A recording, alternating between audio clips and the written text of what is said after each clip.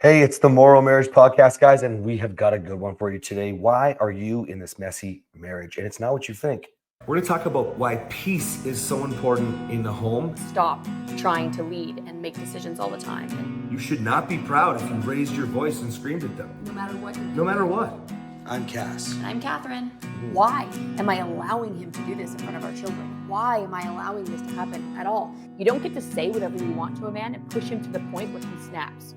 I might have been a really bad man the other day, but today I went out of my way to be a good man, and she thanked me for it. Is that you always want to act in the direction you want to go. So He is just a paycheck. What about his needs? we're MorrowMarriage. Let's flip divorce statistics with the new marriage. You know, I spend a lot of time holding men accountable. I say I call you up, not call you out. Kathryn, she believes that women should hold themselves accountable as well. And so typically when we think about the mess that we're in, and guys, it doesn't have to be as bad as Kathryn and I were. In fact, I pray that you're not as bad as we were. But, you know, even if you're just really great roommates, you're just not the next level of intimacy. Okay. We'll call that your mess. Everybody's got a mess. And why are you there?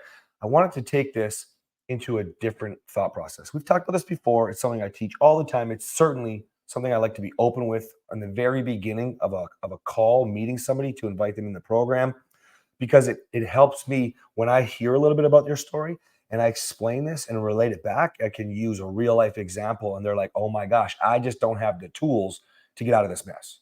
Okay. So where am I going with this? Any idea, babe? No, I'm excited. Ooh. I never know. I know. All right. Your brain is exciting. Thanks, baby.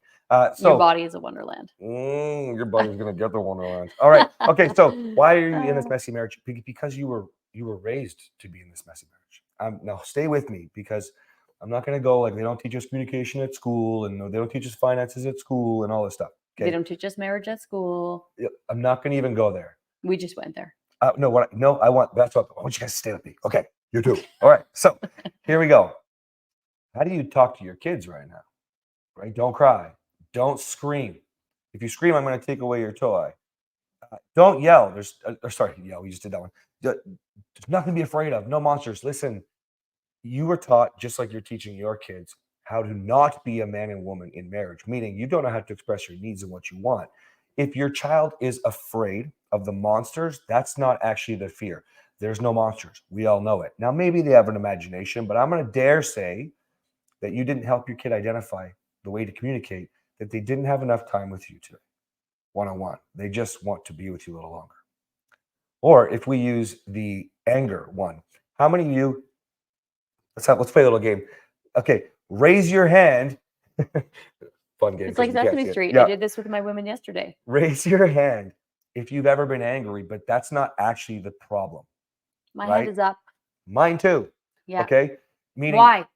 Because why don't you tell them, baby? Well, anger is a secondary emotion. Mm-hmm. Anger is the way that the feeling that you're feeling manifests in your physical body.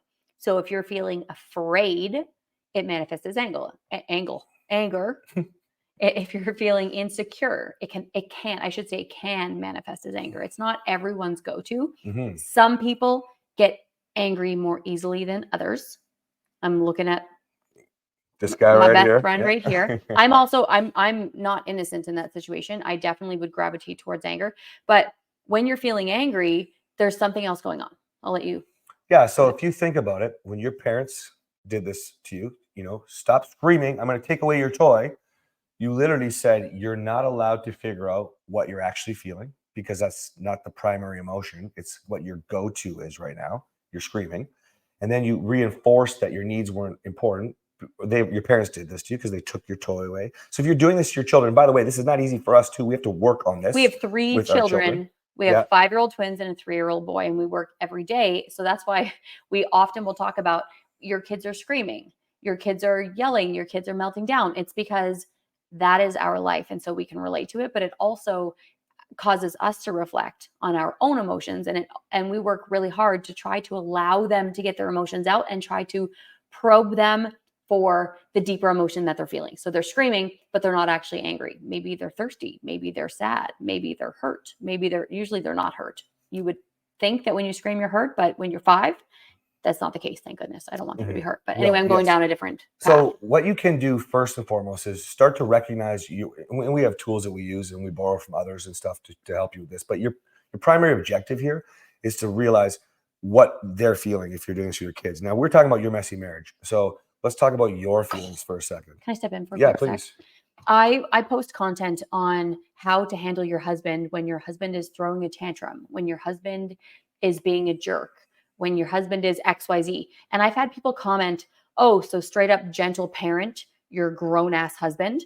And my answer is yes, because you know what? Your husband wasn't parented the way that he needed. That's why he's throwing tantrums. And is it acceptable? No. Should you accept it or condone it or approve of it? No, but it's not necessarily the best thing to do to come in and tell him to stop doing it the same way you would with your toddlers. Mhm. So this, and I'm not just pinpointing men, same thing for No, women. same thing. It's the same thing. You need to support them through their emotions so that they can get the feelings out, so they can process, because this all leads back to what Cass said. Why are you in your messy marriage? You're in your messy marriage because you can pull it right back to you not being allowed to show these emotions. This is where defensiveness comes in, by the way.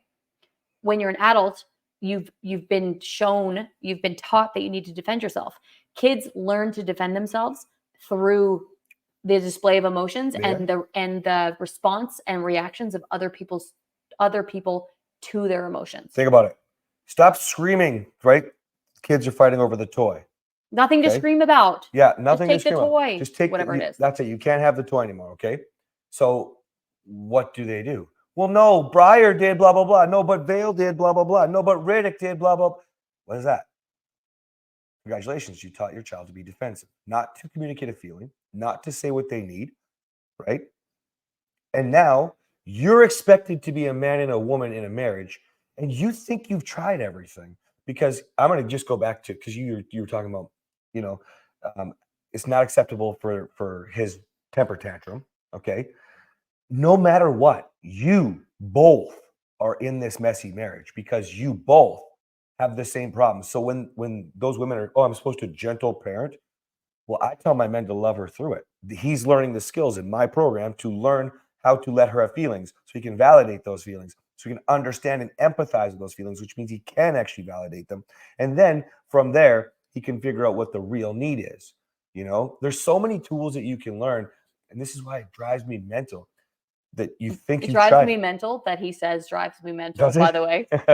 I did not know that. It drives me crazy. This is why that it you say drives me crazy. mental. Can't believe. What does that even mean? Anyway, keep going. Out of your mind, which is probably scary. That's probably why she doesn't want me to be out of my mind ever again. Where's the word drives me mental? Anyway, here's the thing.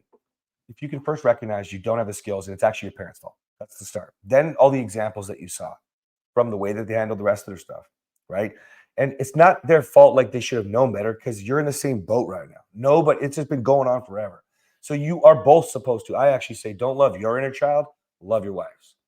So just understand that their little child inside, the little boy or little girl, has some needs. They don't know how to express. They also don't know how to communicate. That's why they're also defensive. That's why they also shut down. That's why they also placate, or whatever your go-to is, each of you that you have. Now you know why.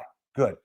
Then stop being a baby, because that's really all it is. Temper tantrums. so love your right? inner child, love the inner child of your partner, but stop being a baby. Yeah, well, for starters. What I mean by stopping a Did baby you guys is, all pick that up? oh, you're good. Listen, what I mean is, now that you're not a baby, you're a grown up. Okay. We just don't have the skills. That's all that means. Guys, I'm smiling if you're not watching on YouTube right now. If you understand, you just need to learn some skills, starting with what am I feeling, how to communicate that feeling, fact plus feeling. There you go. Formula done. Okay. And then from there, learn how to figure out what each other needs. Mm-hmm. You know, there's tools for this, guys. Yeah. So I'm smiling because it's so much easier than you think. When you can start to get through that, notice that I'm talking about always providing structure for the future. If I know what Kathryn needs, because I understand what she's actually feeling. Or if Mhm. he just makes space for the feeling. Right. I'm in those moments when we are, and we don't really do a whole lot with the inner child, but in those moments when we are triggered by something from our childhood, we're in our inner child. I might not know what I even need when I'm expressing these feelings. And so he might not know what I'm expressing or might not know what I need, but if he makes space and has the patience and I said space 3 or 4 times already, if he has the space to allow it to happen, then we can move forward. That's right. And so you don't even have to, one more Mhm, second. You don't even have to necessarily know the answer, because neither one of you probably grew up, hardly any of us did. I grew up in a pretty good family. Cass did not. So odds are you might have a small percentage of one of you that's able to sort of lead the way here. But if you don't, the beauty of this is that in the space that you create, in the absence of defensiveness, in the absence of that secondary emotion that we called anger, because remember, you can feel the primary emotion. And if you address the primary emotion, we don't need to go to the anger. In the absence of all of the negative and in the presence of the space and the empathy and the validation that you can provide to each other, you might not have a role model that showed you, but if you link up, if you hold hands and you walk together through the space that you created, it's now wide open. Then you have so much potential for healing, and you have so much potential to fix the mess that was created. It's not even your childhood, it's generations of messes. We are just now in this day and time addressing parenting concerns and addressing attachment issues, and all of those things are just surfacing in our generation, really, if you really look at it. Yeah, so it's our responsibility if we want to say things should be different for our children. I'm saying that for a reason. There's almost never a phone call that one of us has where somebody doesn't talk about the children and their children's learning from their bad mistake, this and that. Then it's time to make a move. Yeah. And I don't mean away from your partner. I mean towards them. In with the safe space that you create yes, for each other, with each other, no matter what your circumstance is. I want to reiterate that no matter what you came from, no matter what your skills are, you make the space together, you walk through it together, and you will affect, what do they call it? Like generational healing. Yeah, that's why we use the term disrupting divorce. The book coming out, it's called Disrupting Divorce. Why? Because we're talking about generational change here. All right, guys, I hope you feel Per five. Hope you guys feel as excited as we do right now. Yeah, that was All right. I'm jazzed. Me See you too. guys. See you guys.